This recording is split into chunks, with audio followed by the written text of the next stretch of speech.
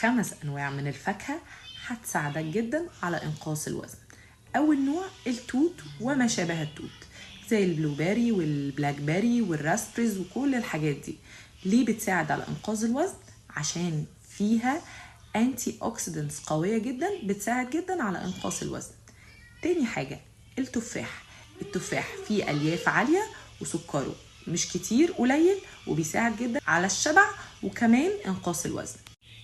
تالت نوع الموالح كلها، البرتقان والحاجات اللي شبه البرتقان، كلها بتحسن جدا الهضم وفيها فيتامين سي عالي وبتساعد جدا في إنقاص الوزن. رابع نوع هو الكيوي.